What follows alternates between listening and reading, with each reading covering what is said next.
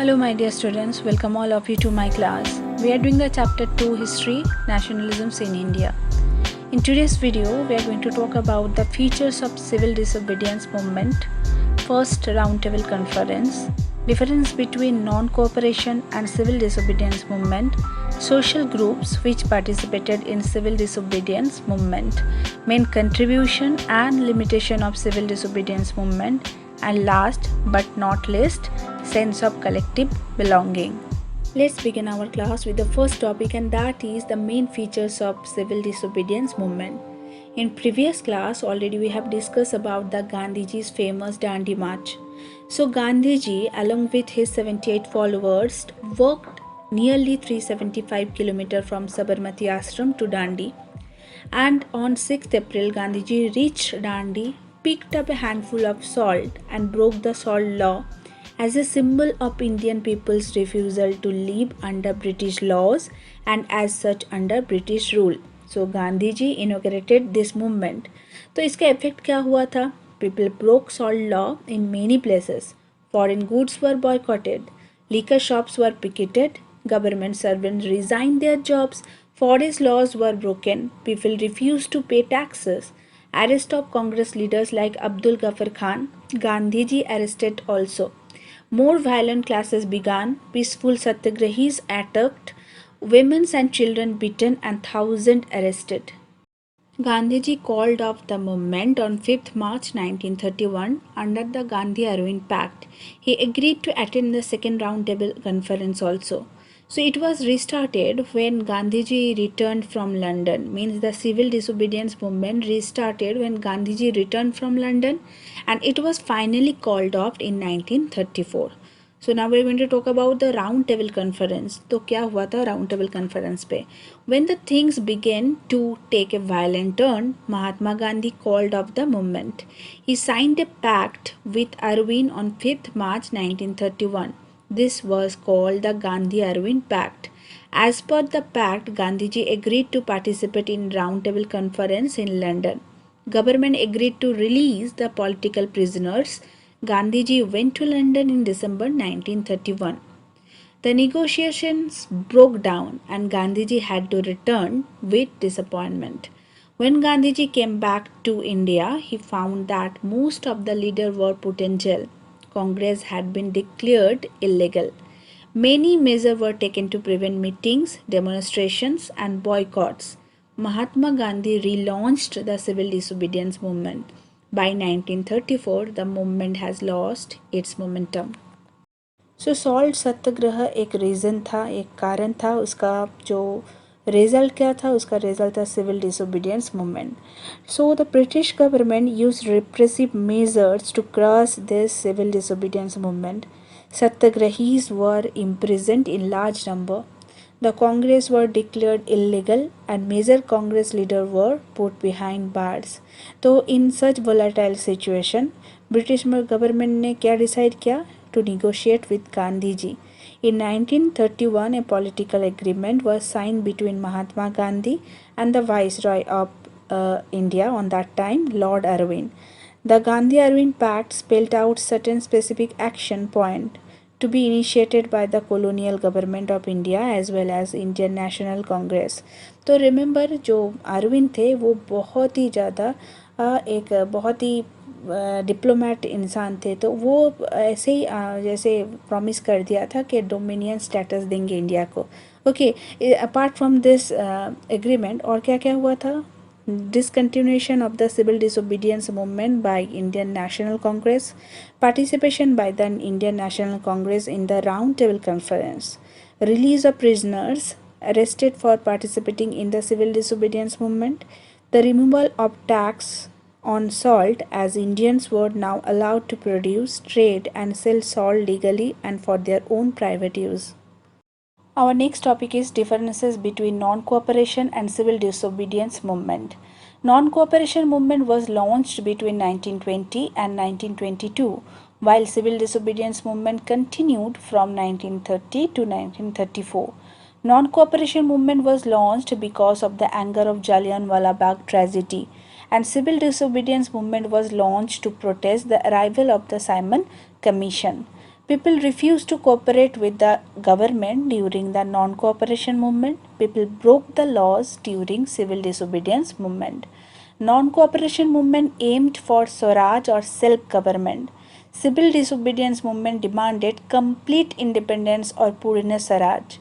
The non-cooperation movement got the support of almost all sections of the society, whereas civil disobedience movement had many limitations. The Dalit, industrial workers, businessmen did not participate fully. Muslims participated in large numbers in the non-cooperation movement. Muslim participation was less in civil disobedience movement. No tax campaign was not there in non-cooperation movement. People refused to pay taxes in civil disobedience movement.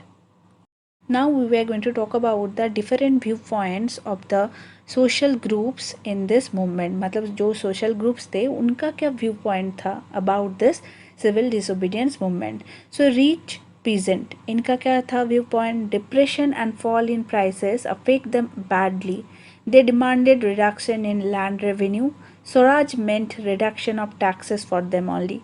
So poor peasant के लिए क्या था? Depression affected them badly also. They demanded reduction in rent. Swaraj meant reduction of rent for them.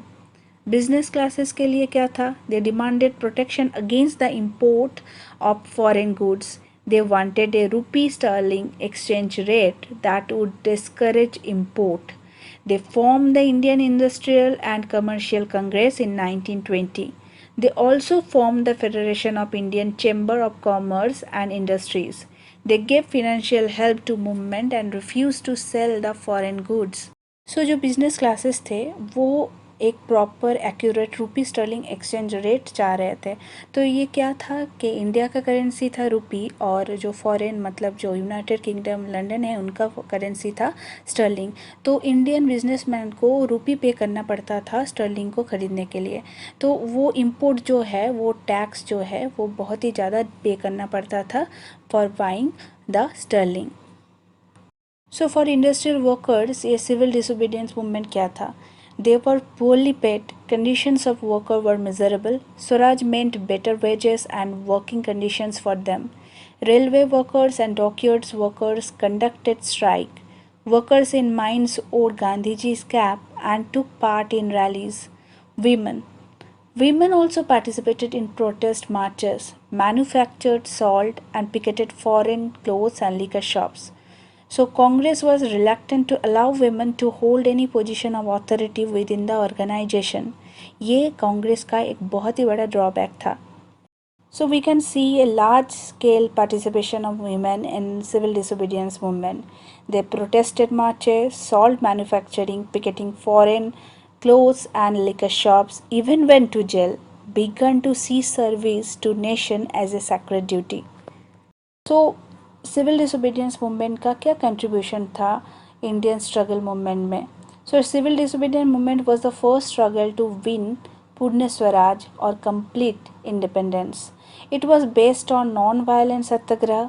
Gandhian ideas were widely followed. Women participated in large numbers in this movement. It was real mass movement. Different social groups participated. It was an open challenge to the British rule. The people openly disobeyed laws.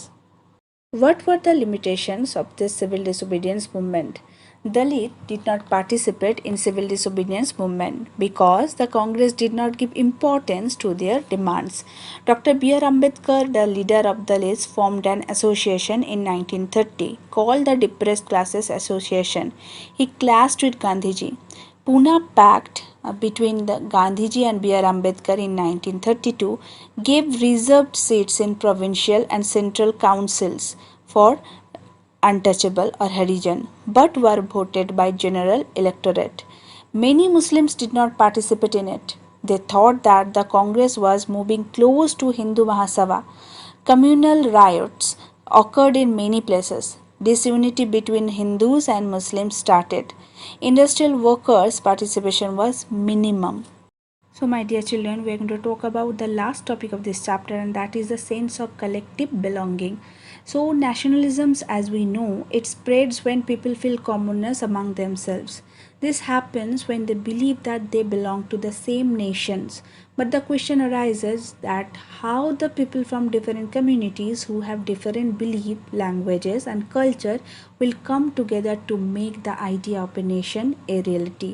तो on that time Indians ने बहुत ही ज़्यादा step और stages create किए थे ये feeling ले आने के लिए. तो क्या था? Nation portrayed in images. So the identity of a nation is most often symbolized in a figure or an images. The image of Bharat Mata was first created by Bankim Chandra Chattopadhyay in 1870. He wrote Bande Mataram for our motherland. This was sung during the Swadesi movement in Bengal. Different artists projected their own versions of Bharat Mata. Folklores. Indian folk songs and folk tales sung by bards में local poet बोल सकते हो, played an important role in making the idea of nationalisms. In Bengal, Rabindranath Tagore and in Madras, Nathesa Sastry began collecting the folk tales and songs, and this laid the movement for folk revival. National flag. During the Swadesi movement, a tricolor flag, red, green, and yellow, was designed in Bengal. It had 8 lotuses representing 8 provinces and a crescent moon representing Hindus and Muslims. Reinterpretation of history. Redefining history and taking pride in its rich culture and heritage also came to be seen as a sign of nationalisms. The nationalist writer urged the reader to take pride in India's great achievement in the past and struggle to change the miserable conditions of life under British rule. So my dear children, that's the end for today's session. We will meet in our next class with new topics. Till then, bye. Take a very good care of yourself and happy learning.